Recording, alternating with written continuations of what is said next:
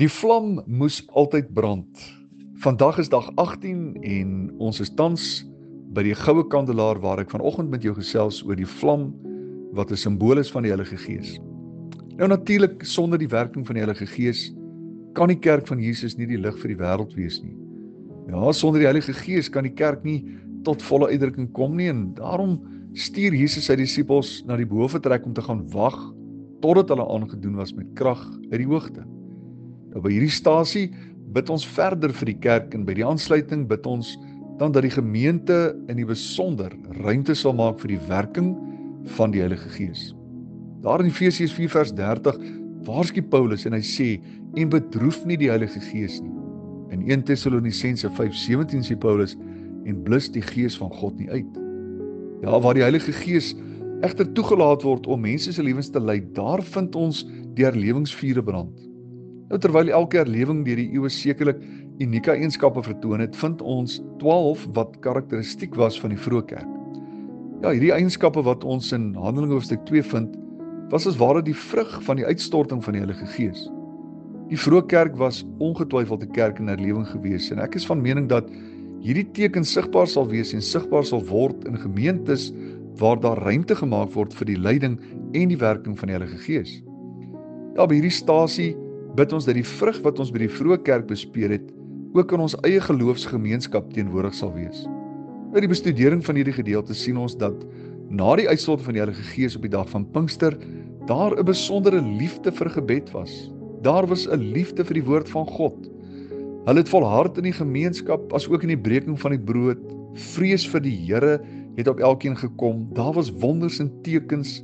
Mense het oop harte en oop beursies gehad. Hulle het volhard in die tempel en huis tot huis brood gebreek en hulle het blydskap en eenvoudigheid van hart gehad.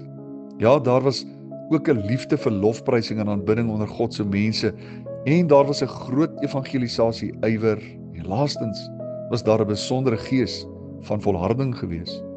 Ja, natuurlik het hierdie lampe nie het gebrand nie, maar was die olie wat gebruik was vir hierdie vlamme ook die suiwerste olie wat daar was. In Eksodus 27 vers 20 tot 21 het God opdrag gegee dat die lampe altyd moes brand en was die olie veronderstel om die suiwerste te wees. Wanneer daar egter onsuiverhede in olie is, dan het dit rook afgegee en jy kan vir jouself dink in 'n area in die heiligdom van skaars 10 by 20 by 10 meter, dat die geringste rook die priester se dienswerk sou affekteer. Hierin is daar egter 'n boodskap vir ons as kerk. As liggaam van Christus behoort ons voortdurend daarna te streef om wat ons aan die wêreld tentoonstel, het sy dit in ons wandel, het sy dit is deur die leerstellings wat ons verkondig, dat dit altyd suiwer sal wees. Ons sluit vanmôre hierdie gedeelte net hier af en ek vra dat jy die oë saam met my sluit en dan bid ons net saam. Ons liefdevolle Hemelvader, baie dankie dat ons by hierdie stasie en visuele rusplek in die tabernakel ook weer herinner kan word dat die Heilige Gees aan ons gegee is, Here, ja, die steuerwerk van die kerk, waarmee U die kerk wil bou en waarmee U ons lewens wil opbou en waarmee U wil hê dat die gebou moet verrys tot 'n heilige tempel in die Gees.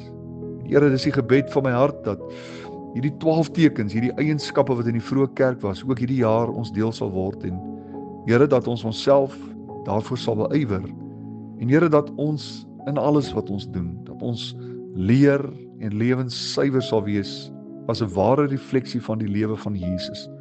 Vader, dit is my gebed vir ons, elkeen en ook elke ander gemeente in ons dorp.